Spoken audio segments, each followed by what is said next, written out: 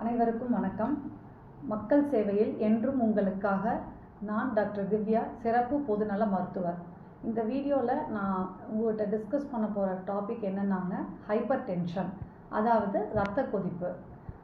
இரத்த கொதிப்பு அப்படின்னா என்னென்னாங்க, நார்மலாக இது இந்த மாதிரி ஒரு இரத்த குழாய்ங்கிறது இந்த மாதிரி டியூப் மாதிரி இருக்கும். இந்த இரத்த குழாய் நம்ம எல்லா பகுதிகளுக்கும் ரத்தம் எடுத்துகிட்டு போகிறது. இது ரொம்ப இம்பார்ட்டண்ட். என்ன அப்படின்னாங்க, இது வழியாக தான் ஒவ்வொரு செல்ஸ்க்கும் நியூட்ரியன்ஸு, ஆக்சிஜன் இந்த மாதிரி எல்லாமே டெலிவரி ஆகும். ஸோ இந்த இரத்த குழாயில் பிளட் ப்ரெஷர் நம்ம மெஷர் பண்ணுறோம். ஸோ அந்த பிளட் ப்ரெஷர் எதனால் வருது, என்ன ரீசன்னால் நம்ம அந்த பிளட் ப்ரெஷர் மெஷர் பண்ணுறோம் அப்படின்னாங்க, இப்போ நம்ம ஹார்ட் பம்ப் பண்ணும்பொழுது பிளட் வெளியில் இந்த டியூப் வழியாக தான் நம்ம எல்லா ஆர்கன்ஸ்க்கு போகுது. ஸோ அந்த ஹார்ட் பம்ப் பண்ணும்பொழுது எந்த ஃபோர்ஸில் வெளியில் பிளட்டை தள்ளுதோ அந்த ப்ரெஷர் தான் சிஸ்டாலிக் ப்ரெஷர்னு சொல்லுவோம். அப்புறம் அடுத்தது ரெண்டாவது blood pressure diastolic blood pressure. அது ஹார்ட் ரிலாக்ஸ் ஆகும்பொழுது அப்போ மெஷர் பண்ணக்கூடிய பிளட் ப்ரெஷர் டயஸ்டாலிக். ஸோ நார்மலாக பிளட் ப்ரெஷர் 120 சிஸ்டாலிக்கு, 80 டயஸ்டாலிக், அதுக்கு கீழே தான் இருக்கணும். That is less than 120/80. So இந்த பிளட் ப்ரெஷர் ஏன் ரொம்ப இம்பார்ட்டண்ட் அப்படின்னாங்க, ஸோ இந்த பிளட் ப்ரெஷர் அதிகமாகும் பொழுது நமக்கு மற்ற உறுப்புகள் பாதிப்பாகிறதுக்கு சான்சஸ் அதிகம் உண்டு. என்னென்ன பாதிப்பு வரலாம் அப்படின்னாங்க, ஹார்ட்லேயே எடுத்துட்டிங்கன்னா ஹை சான்சஸ் ஆஃப் உங்களுக்கு ஹார்ட் ஃபெயிலியர் வரலாம், செஸ்ட் பெயின் வரலாம், ஸோ கிட்னியில் ப்ராப்ளம்ஸ் வரலாம், கண்ணில் ப்ராப்ளம்ஸ் வரலாம். ஸோ இந்த காம்ப்ளிகேஷன்ஸ் எல்லாம் ஃபர்ஸ்ட் ஆஃப் ஆல் நம்ம போஸ்ட்போன் பண்ணணும். தட் இஸ் அந்த பிளட் ப்ரெஷர் வந்ததுக்கப்புறம். ஸோ நம்ம வரதுக்கு முன்னாடி நம்ம பிளட் ப்ரெஷரே நம்ம வராமல் ஃபஸ்ட்டு தடுத்துக்கணும் அப்படின்னா நம்ம என்ன பண்ணலாம் அப்படின்னாங்க, ஸோ பிளட் ப்ரெஷர் வர்றதுக்கான காரணம் நம்ம 2 வகையாக பிரிக்கலாம். அதாவது மாடிஃபையபிள் ரிஸ்க் ஃபேக்டர்ஸ், நான் மாடிஃபையபிள் ரிஸ்க் ஃபேக்டர்ஸ். மாடிஃபையபிள் அப்படின்னா என்னென்னாங்க, ஒரு சில விஷயங்கள் நம்ம மாற்றம் பண்ணலாம்.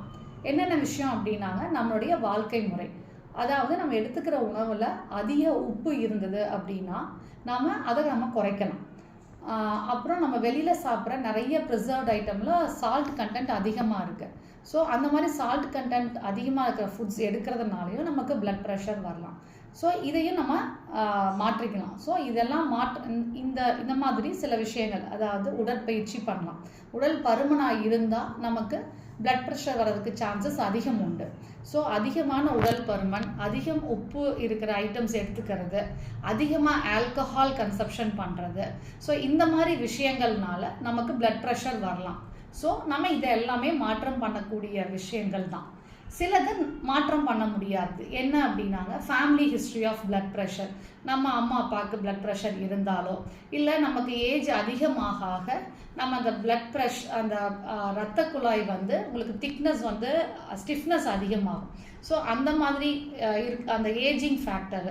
So ageing factor, family history of blood pressure, இதெல்லாம் நம்ம மாற்றம் பண்ண முடியாது. ஸோ நம்ம ஃபோக்கஸ் பண்ண வேண்டியது என்ன அப்படின்னாங்க, பிளட் ப்ரெஷர் வராமல் தடுக்கணும். அதுக்கு நம்ம உடற்பயிற்சி ரொம்ப முக்கியம். Daily at least 20 to 30 minutes of exercise and low salt diet. நமக்கு பிளட் ப்ரெஷர் வரக்கூடிய தன்மை இருக்கிறவங்களுக்கு, அதாவது நம்ம ஃபேமிலியில் யாருக்காவது இருந்தாலோ, இல்லை நம்ம லைஃப் ஸ்டைல் சரியாக ஃபாலோ பண்ணாதவங்க சால்ட்டு கண்டிப்பாக ஃபுட்டில் கம்மியாக எடுத்துக்கணும். அப்புறம் ஆல்கஹால் கன்சப்ஷனை முடிஞ்ச அளவுக்கு நம்ம குறைச்சிக்கணும். ஸோ இதெல்லாம் ஃபாலோ பண்ணும் பொழுது முடிஞ்ச அளவுக்கு நம்ம பிளட் ப்ரெஷர் வராமல் தடுக்கலாம். பட் ஸ்டில் நமக்கு ஒரு சில டைமில் நம்ம அந்த பர்டிகுலர் ஏஜ் தாண்டும் பொழுது பிளட் ப்ரெஷர் வருது. ஸோ அப்படி வந்துருச்சு அப்படின்னா நம்ம பிளட் ப்ரெஷருங்கிறது நம்ம மெஷர் பண்ணுறோம். நம்ம இந்த இடத்துல ஒரு கஃப் மாதிரி கட்டி அது பிளட் ப்ரெஷர் மெஷர் பண்ணுறோம். அந்த level if it is more than 130/80 அப்படி இருந்தால் high blood pressure, elevated blood ப்ரெஷர்னு சொல்லுவோம். ஸோ அந்த பிளட் ப்ரெஷர் வரும்பொழுது, அதிகமான பிளட் ப்ரெஷர் வரும்பொழுது நம்ம கண்டிப்பாக ட்ரீட்மெண்ட் எடுக்கணும். நிறைய பேர் நினைக்கிறது என்னென்னா, பிளட் ப்ரெஷர் நமக்கு அதிகமாக இருந்தாலும் நமக்கு அறிகுறிகள் எதுவும் இல்லையே அப்படின்னு சொல்லிட்டு ட்ரீட்மெண்ட் எடுக்காமல் இருக்காங்க. ஸோ அதனால தான் பிளட் ப்ரெஷருக்கு இன்னொரு பேரே சைலண்ட் கில்லர் டிசீஸ்ன்னு சொல்லுவோம். என்னென்னா, ஆரம்ப ஸ்டேஜில் சில பேர்த்துக்கு அந்த அறிகுறிகள் எதுவுமே காமிக்காது. பட் அது பிரச்சனைன்னு உண்டு பண்ணுச்சு அப்படின்னா, நான் முன்னாடி சொன்ன மாதிரி மேஜர் ஆர்கன்ஸில் ப்ராப்ளம் உண்டு பண்ணும்.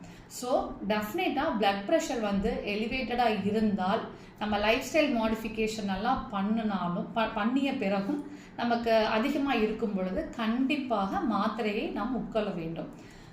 ஸோ தட் நம்ம மற்ற பிரச்சனைகளை நம்ம கொஞ்சம் தள்ளி போடலாம். ஸோ பிளட் ப்ரெஷர் அதிகமாகும் பொழுது டெஃபினட்டாக நீங்கள் அறிகுறிகள் இல்லைனாலும் கண்டிப்பாக மாத்திரையை எடுத்து நம்ம உள்ள உறுப்புகளை பாதுகாத்து கொள்ள வேண்டியது அவசியம். நன்றி, வணக்கம்.